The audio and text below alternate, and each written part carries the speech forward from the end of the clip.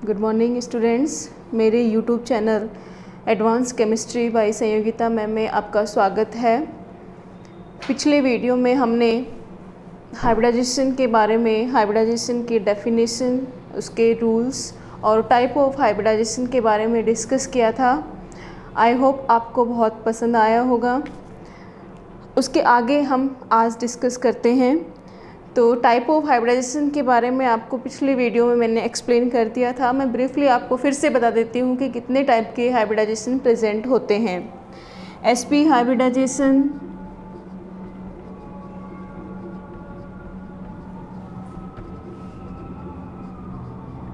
sp2 hybridisation,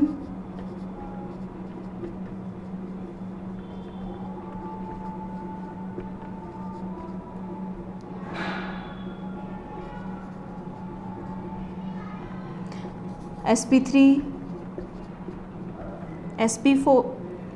sp4 नहीं, dsp2,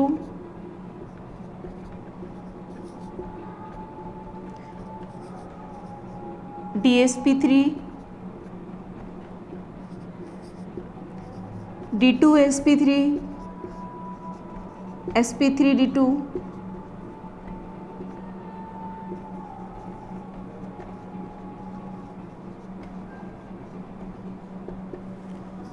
और d3sp3।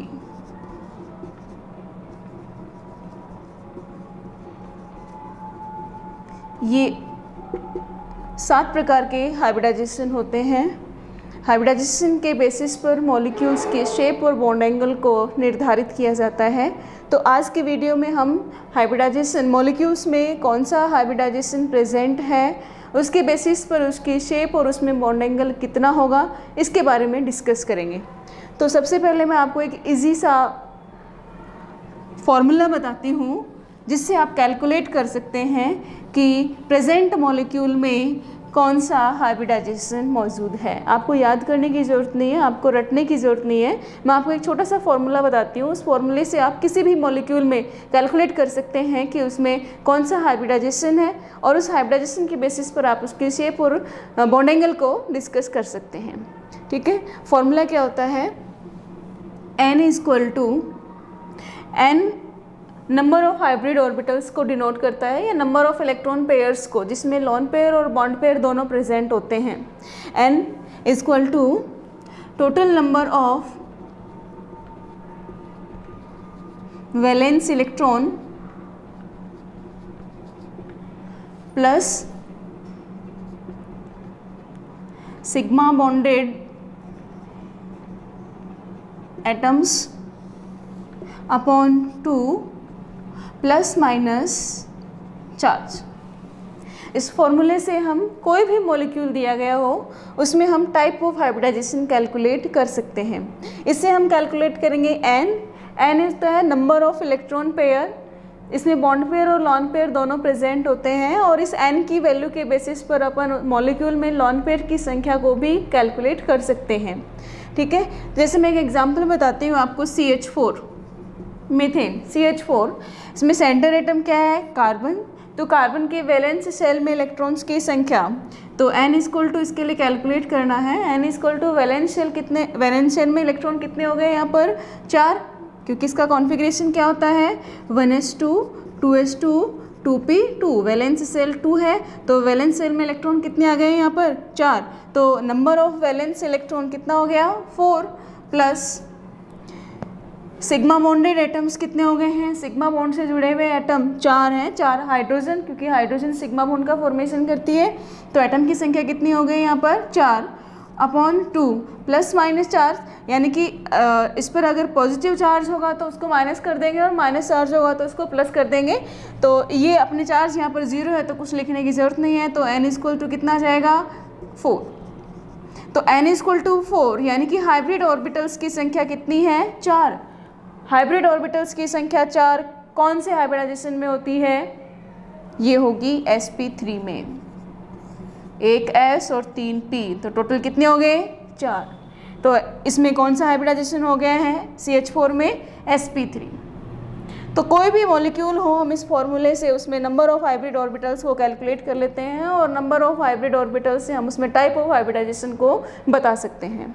एक और एग्जांपल बताती हूँ, आपको क्लियर हो जाएगा। H2O, centre atom oxygen, valence shell में इलेक्ट्रॉन कितने होंगे इसमें बताइए? ऑक्सीजन का electronic configuration 1s2 2s2 2p4 2p4। तो वैलेंस सेल में कितने आ गए हैं इसके पास में? 6 इलेक्ट्रॉन। तो n equal to 6 plus sigma bonded atom कितने हो गए इसमें? 2 हाइड्रोजन जुड़ी हुई है, तो 6 + 2 अपॉन 2। चार्ज कुछ नहीं है तो आगे कुछ नहीं लिखेंगे, तो n इक्वल टू कितना जाएगा यहाँ पर? 4। तो 4 के लिए भी कौन सा हाइब्रिडाइजेशन हो जाएगा? sp3। इसी तरह से NH3, centre atom nitrogen, valence shell में इलेक्ट्रॉन कितने होते हैं नाइट्रोजन के पास में? 5। तो n equal to 5 plus sigma bonded atoms 3 upon 2। तो n की वैल्यू आ गई है 4। हाइब्रिडाइजेशन इसमें भी कितना हो जाएगा? हाइब्रिड ऑर्बिटल्स की संख्या कितनी है यहाँ पर? 4। तो हाइब्रिडाइजेशन में क्या हो जाएगा इसमें? sp3।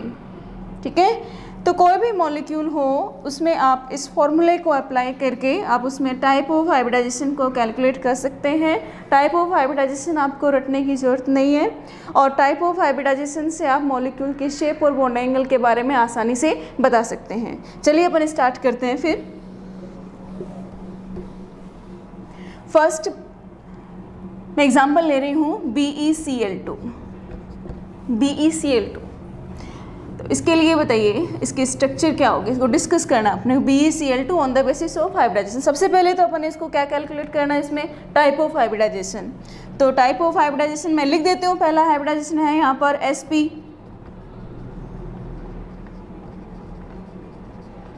लेकिन आप इसमें जो मैंने फॉर्मूला बताया है उस फॉर्मूले से कैलकुलेट करके देखिए क्या sp ही है। सेंटर एटम बेरिलियम, तो बेरिलियम का इलेक्ट्रॉनिक कॉन्फ़िगरेशन लिखिए आप 1s2 2s2 2p0। ये वैलेंस सेल है इसका। तो वैलेंस सेल में इलेक्ट्रॉन्स की संख्या कितनी हो गई है? 2। तो n equal to 2 plus sigma bond से कितने जुड़े हुए हैं एटम्स? 2। 2 + 2 upon 2 equal to 2। तो n की वैल्यू कितनी आ गई यहाँ पर? 2। हाइब्रिड ऑर्बिटल्स 2 हैं तो हाइब्रिडाइजेशन क्या हो जाएगा इसमें? sp। ठीक है, हाइब्रिडाइजेशन क्या हो जाएगा? sp। तो अपन इसके स्ट्रक्चर को बताते हैं। हम टाइप ऑफ हाइब्रिडाइजेशन हमने कैलकुलेट कर लिया है sp में एक s और एक p। तो सबसे पहले तो आप लिखिए जो सेंटर एटम है उसका electronic configuration. Beryllium 1s2 2s2 2p0, ये इसका वैलेंस सेल है। हम केवल वैलेंस सेल को डिनोट करते हैं। ये 2s और ये 2p। ग्राउंड स्टेट में इलेक्ट्रॉनिक कॉन्फ़िगरेशन है, p वैकेंट है एकदम। एक्साइटेड स्टेट में इसको स्टार बना देते हैं। एक्साइटेड स्टेट में कॉन्फ़िगरेशन आएगा 2s और एक इलेक्ट्रॉन 2s से 2p में जंप कर जाएगा यहाँ से यहाँ। ये इसकी एक्साइटेड स्टेट हो गई है। अब आपने कहा कि हाइब्रिडाइजेशन क्या है इसमें? sp। तो एक s और एक p आपस में मिलकर के यहाँ हम लिख देते हैं फिनोमेना कौन सी हो गई है? हाइब्रिडाइजेशन। और हाइब्रिड ऑर्बिटल्स कितने बनेंगे? 2। ये हो गए हैं हाइब्रिड ऑर्बिटल।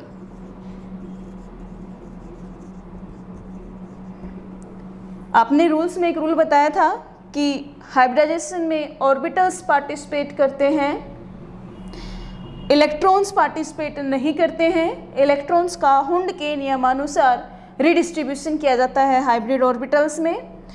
और इलेक्ट्रॉन का रीडिस्ट्रीब्यूशन इस तरीके से होता है कि maximum number of unpaired electrons उसमें प्रेजेंट हो।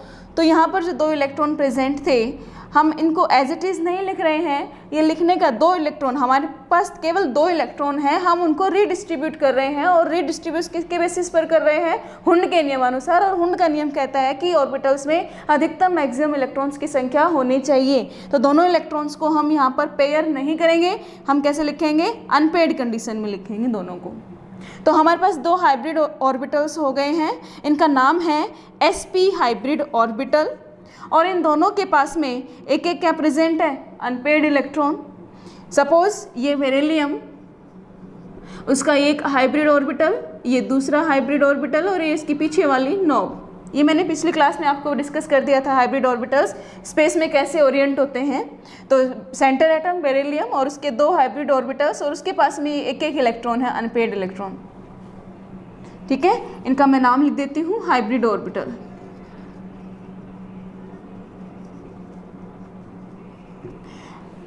अब सराउंडिंग एटम क्या है यहाँ पर, क्लोरीन।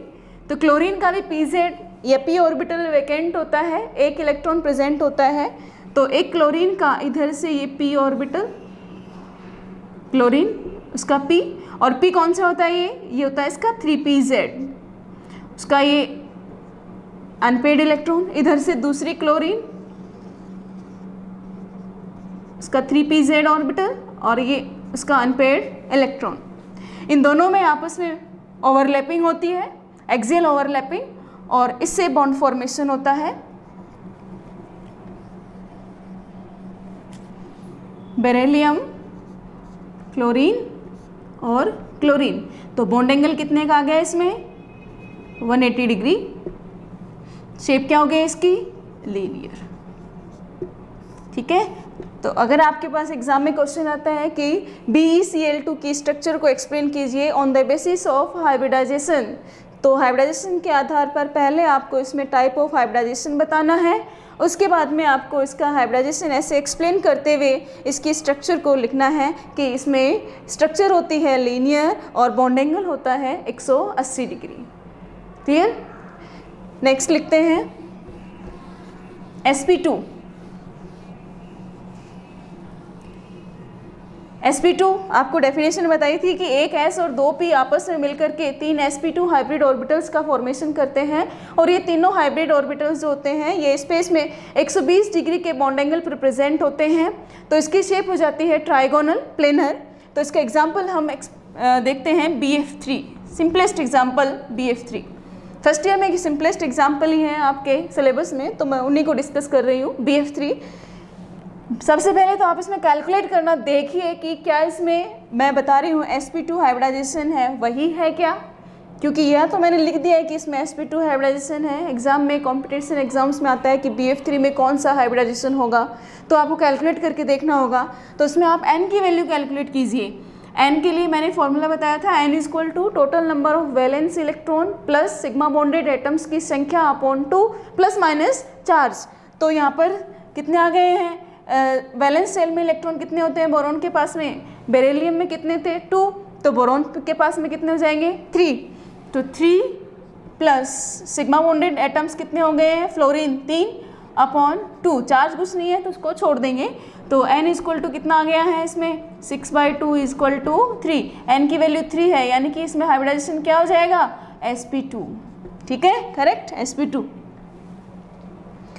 अब चलिए इसको डिस्कस करते हैं, इसकी शेप क्या होगी और बॉन्ड एंगल क्या होगा इसमें।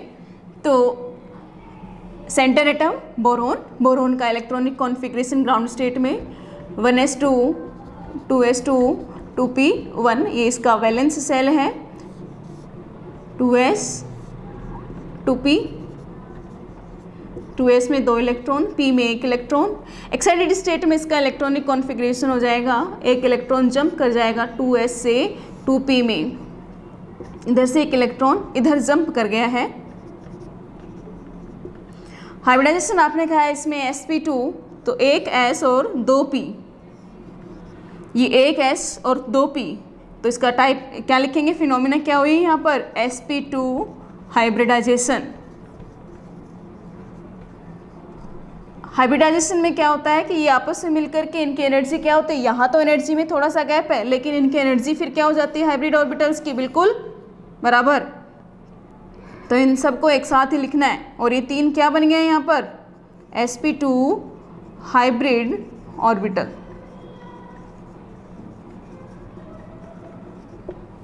बच्चे पूछते हैं कि इसको क्यों नहीं लिखा यहाँ पर, ये हाइब्रिडाइजेशन में भाग नहीं ले रहा है, तो इस p को हमने यहाँ पर नहीं लिखा है। यहाँ जो 3 आए हैं ये 3 नहीं है, ये हाइब्रिड ऑर्बिटल्स हैं जिसमें एक s है और 2 p हैं।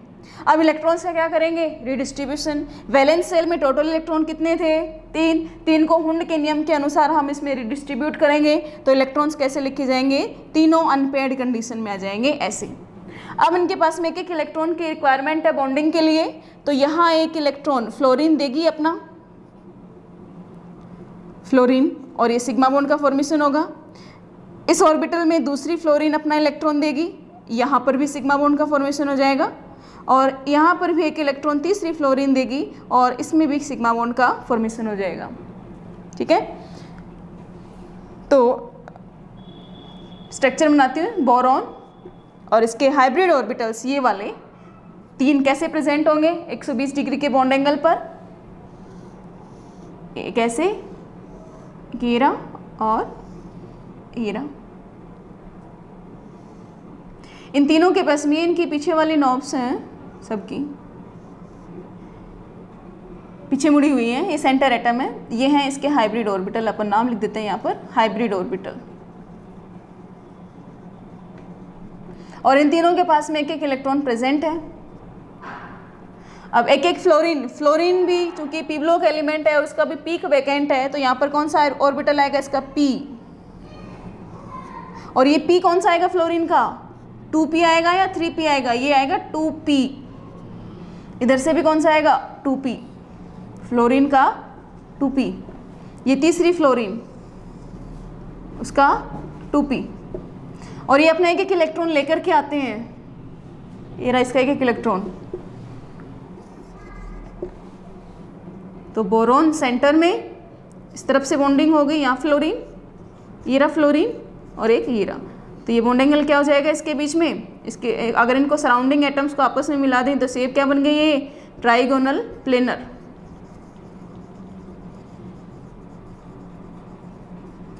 और ये बॉन्ड एंगल कितना हो गया इसमें, 120 डिग्री। तो रटने की कुछ भी जरूरत नहीं है, समझते चलिए। बॉन्ड एंगल हो गया इसमें 120 डिग्री, शेप हो गई है ट्राइगोनल प्लेनर, हाइब्रिडाइजेशन हो गया है sp2। कोई चीज़ याद करने की जरूरत नहीं है, रटने की जरूरत नहीं है, फॉर्मूला बताया, फॉर्मूले से हाइब्रिडाइजेशन को कैलकुलेट कीजिए। हाइब्रिडाइजेशन से आप इस प्रोसेस को फॉलो करते हुए उसकी शेप पर और उसके बॉन्ड एंगल पर पहुंच जाते हैं। ठीक है, तो 2 हो गए हैं। थर्ड अपन डिस्कस करते हैं sp3।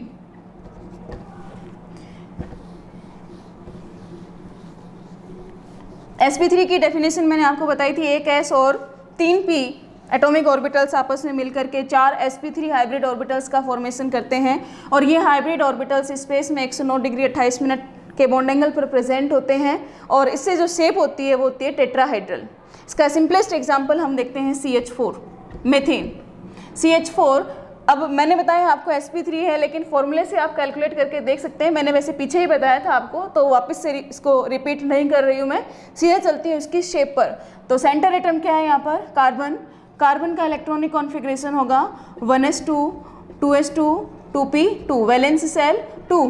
तो ग्राउंड स्टेट में इसका इलेक्ट्रॉनिक कॉन्फ़िगरेशन 2s में 2 इलेक्ट्रॉन प्रेजेंट है, ये 2s और 2p, 2s में 2 इलेक्ट्रॉन, p में भी 2 इलेक्ट्रॉन प्रेजेंट है। एक्साइटेड स्टेट में ये 2 इलेक्ट्रॉन s में जो 2 इलेक्ट्रॉन प्रेजेंट है उसमें से एक इलेक्ट्रॉन जंप कर जाता है p में, 2s 2p, यहाँ से एक इलेक्ट्रॉन इधर जंप कर जाएगा, ये एक्साइटेड स्टेट है इसकी।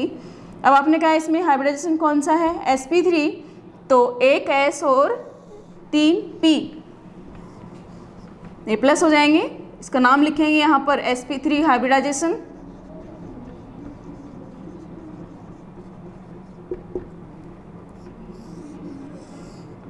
चार बनेंगे, टोटल संख्या कितनी होगी इसकी, 4।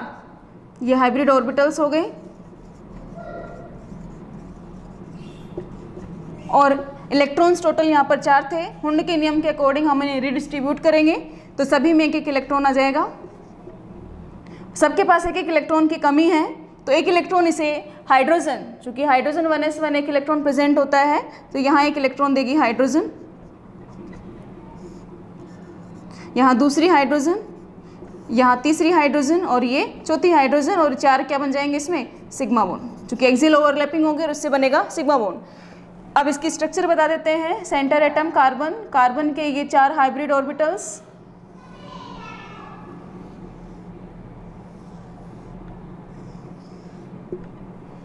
इसके पास में एक एक अनपेयर्ड इलेक्ट्रॉन, हाइड्रोजन अपना एस ऑर्बिटल लेके आती है तो इसे हम गोलाकार शेप में बनाएंगे, इसका एक इलेक्ट्रॉन, दूसरी हाइड्रोजन उसका इलेक्ट्रॉन, तीसरी हाइड्रोजन ये उसका इलेक्ट्रॉन, ये चौथी हाइड्रोजन और उसका इलेक्ट्रॉन, और इससे शेप बन जाएगी carbon, hydrogen hydrogen hydrogen hydrogen. Surrounding atoms को अगर जॉइंट करते हैं तो ये शेप हो गई है टेट्राहाइड्रल,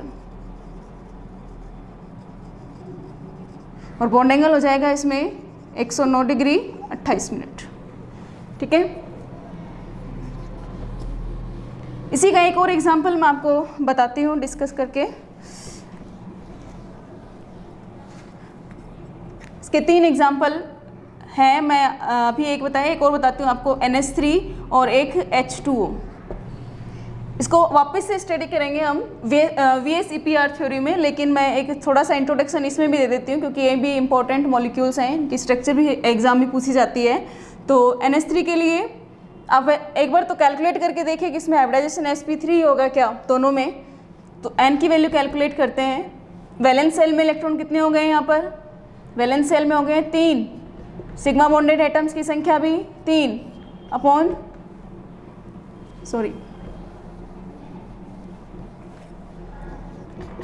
वैलेंस सेल में इलेक्ट्रॉन्स की संख्या होती है 5, नाइट्रोजन के p में 3 होते हैं, वैसे 5 होती है, s के भी 2 इलेक्ट्रॉन काउंट करेंगे हम, 5 + 3/2। H2O में भी साथ साथ देख लेते हैं। H2O ऑक्सीजन, ऑक्सीजन में वैलेंस सेल के इलेक्ट्रॉन की संख्या एक और बढ़ जाएगी तो कितने हो जाएंगे उसमें भी, यहाँ 5 थे तो एक और बढ़ जाएगी तो 6 हो जाएंगे, 6 + 2/2।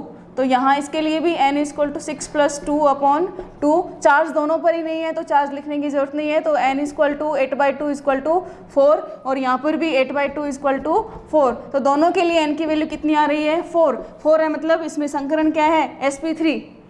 लेकिन क्या शेप टेट्राहाइड्रल होगी? आपने n की वैल्यू तो 4 निकाल दी है, इलेक्ट्रॉन पेयर्स तो 4 हो गए हैं, लेकिन एटम्स तो 4 नहीं जुड़े हुए, यहाँ तो 4 जुड़े हुए थे, लेकिन इन दोनों के पास में 4 नहीं है, एक के पास में 3 है और एक के पास में 2 है। तो मैंने कहा था कि ये जो n वैल्यू होती है ये total number of electron pair को रिप्रेजेंट करती है, इसमें bond pair plus lone pair दोनों प्रेजेंट होते हैं। तो CH4 में तो सारे बॉन्ड पेयर थे, NH3 में अब 3 ही बॉन्ड पेयर हैं, एक क्या हो जाएगा? लोन पेयर, और H2O में 2 बॉन्ड पेयर तो एक क्या हो जाए, 2 क्या हो जाएंगे इसमें? Lone pair. ठीक है, शेप इसमें इसी के अकॉर्डिंग होगी, जैसे CH4 में बताया था वैसे ही इसमें भी हो जाएगी। तो एक बार मैं इनके शेप को बता देती हूँ, उसके बाद में अगला hybridisation DsP2, DsP3, D2sp3, D3sp3 next video में अपन डिस्कस करेंगे। NH3 के लिए नाइट्रोजन का कॉन्फ़िगरेशन लिखते हैं, ये 2s हो गया, 2p, 2s में 2 इलेक्ट्रॉन, p में 3 इलेक्ट्रॉन होते हैं। एक्साइटेड स्टेट में एक इलेक्ट्रॉन यहाँ से एक्साइट होगा,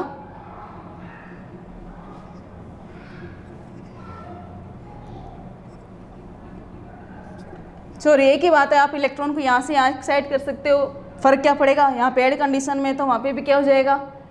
पेयर्ड कंडीशन में रहेगा। टोटल हाइब्रिड ऑर्बिटल्स बनेंगे 4 में इलेक्ट्रॉन कितने हैं यहाँ पर? 5, तो 5 इलेक्ट्रॉन फिल करेंगे तो एक अपने आप क्या जाएगा इसमें? Lone pair. 3 के पास में इलेक्ट्रॉन की रिक्वायरमेंट है तो 3 को एक एक हाइड्रोजन अपना इलेक्ट्रॉन दे देगी और क्या बना लेगी? 3 इसमें सिग्मा बॉन्ड।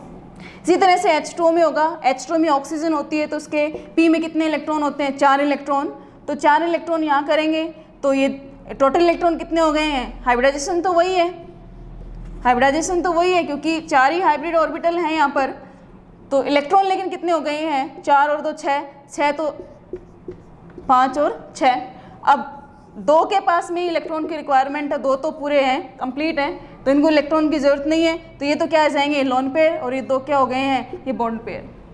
ठीक है, तो आज की वीडियो में हम इतना ही रखते हैं। इसके आगे जो हाइब्रिडाइजेशन है DsP2, DsP3, D2sp3 और D3sp3, उनको हम नेक्स्ट वीडियो में डिस्कस करेंगे। मेरा वीडियो पसंद आए शेयर कीजिए, लाइक कीजिए, सब्सक्राइब कीजिए। धन्यवाद।